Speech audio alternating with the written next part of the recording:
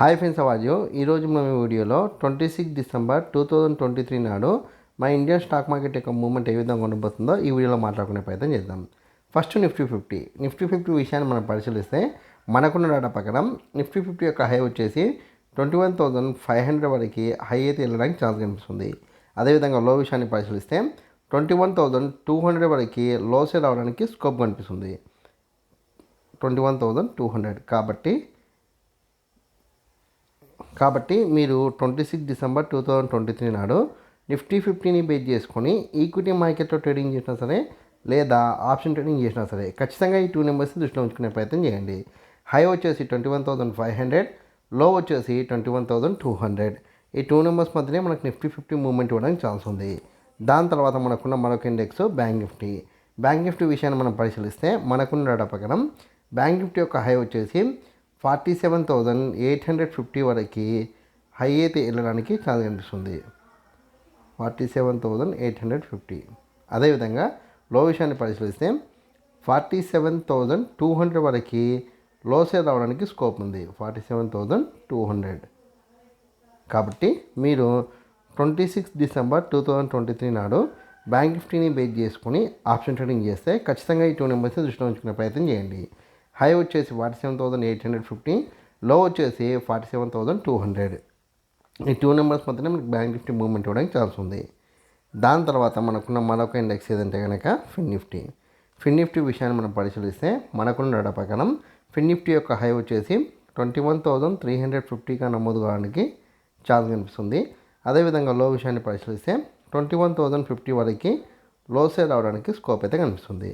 కాబట్టి మీరు 26 డిసెంబర్ 2023 నాడు ఫిన్ నిఫ్టీని బేస్ చేసుకొని ఆప్షన్ ట్రేడింగ్ చేస్తే ఖచ్చితంగా ఈ 2 నెంబర్స్ని దృష్టిలో ఉంచుకునే ప్రయత్నం చేయండి.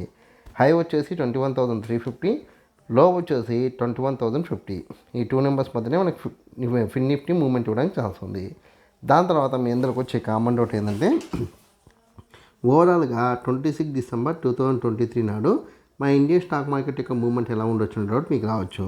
అయితే మనకున్న డేటా ప్రకారం నిఫ్టీ 50 కావచ్చు, బ్యాంక్ నిఫ్టీ కావచ్చు, ఫిన్ నిఫ్టీ కావచ్చు, ఈ 3 ఇండెక్స్లో ఓపెన్ అయితే గ్యాప్ అప్ అన్న ఓపెన్ కావచ్చు, లేదా హెవీ గ్యాప్ అప్ ద్వారా ఓపెన్ కావచ్చు, లేదా గ్యాప్ డౌన్ ద్వారా కూడా ఓపెన్ కావచ్చు. అయితే ఇక్కడ మార్కెట్ గ్యాప్ అప్తో ఓపెన్ అయితే మీకు మామూలుగా 930, 945 వరకు CE10లో కొనసాగి దాని తర్వాత మెల్లగా సైడ్ వేస్తో వస్తూ మీకు మార్కెట్ 130 తర్వాత మళ్ళీ CEలోకి వెళ్ళడానికి ఛాన్స్ ఉంది. అలా కాకుండా హెవీ గ్యాప్ అప్తో కనుక మార్కెట్ ఓపెన్ అయితే మీకు 945 వరకు CE10లో కొనసాగుతూ దాని తర్వాత సైడ్ వేస్తో ఉంటూ మీకు 130 లేదా 230 మధ్యలో మార్కెట్ అప్ సైడ్ అయినా వెళ్ళొచ్చు, లేదా ఫాల్ కావడానికి కూడా ఛాన్స్ ఉంది. అలా కాకుండా మార్కెట్ కనుక గ్యాప్ డౌన్లో ఓపెన్ అయితే మీకు 945 వరకు ఫాల్ అయ్యి దాని తర్వాత మెల్లగా అప్ సైడ్ వస్తూ సైడ్ వేస్ మొదలై మీకు 1 తర్వాత CEలోకి వెళ్ళడానికి ఛాన్స్ ఉంది. అంటే ఇక్కడ మీరు బాగా అబ్జర్వ్ చేయాల్సిన విషయం ఏంటంటే మార్కెట్ గ్యాప్ అప్ అయినా గ్యాప్ డౌన్ అయినా CEలోకి వెళ్ళడానికి ఛాన్స్ ఉంది. కానీ హెవీ గ్యాప్ అప్తో ఓపెన్ అయితే మట్టుకు మార్కెట్ CE సైడ్ అని వెళ్ళొచ్చు, PE సైడ్ అని వెళ్ళొచ్చు. సో మీరు మార్కెట్ ఓపెన్ అయిన విధానాన్ని బేస్ చేసుకుని ట్రేడ్ చేసే ప్రయత్నం చేయండి. ఓవరాల్గా చూస్తే కనుక మనకు 26 డిసెంబర్ రోజు బుల్లిష్ ట్రెండ్ కొనసాగడానికి ఛాన్స్ అయితే ఎక్కువగా కనిపిస్తుంది. బుల్లిష్ ట్రెండ్ లేకపోతే మార్కెట్ సైడ్ వేస్ వల్ల ఉంటుంది. సైడ్ వేస్ అంటే మార్కెట్ అనేది అంటే మరీ అప్ సైడ్ రాదు, మరీ డౌన్ సైడ్ రాదు. అంటే నేను ఇచ్చిన హైకి లోకి మధ్యలోనే మార్కెట్ మూవ్మెంట్ ఇవ్వడానికి ఛాన్స్ ఉంది. నేను ఇక బుల్లిష్ ట్రెండ్ రిఫర్ చేస్తున్నాను కాబట్టి మీరు CENT తీసుకుంటే కనుక నేను ఇచ్చిన హై బ్రేక్ అయిన తర్వాత కూడా ట్రైలింగ్ స్టాప్ లాస్తో వెయిట్ చేస్తే మీకు మంచి ప్రాఫిట్స్ వస్తాయి. ఒకవేళ PENT తీసుకుంటే కనుక నేను ఇచ్చిన లోకి దగ్గరలో లేదా నేను ఇచ్చిన లో బ్రేక్ అయిన తర్వాత మీరు ఎగ్జిట్ అయ్యే ప్రయత్నం చేయండి. నేను ఇచ్చిన లోని బ్రేక్ చేసి మార్కెట్ అయితే మరీ కిందికి రావడానికి ఛాన్స్ అయితే ఉండదు. ఈ వీడియో కనుక మీకు నచ్చినట్లయితే లైక్ చేయండి, కామెంట్ చేయండి, షేర్ చేయండి. ఛానల్ మటుకు ఖచ్చితంగా సబ్స్క్రైబ్ చేసుకోండి. జై హింద్, వందే మాతరం.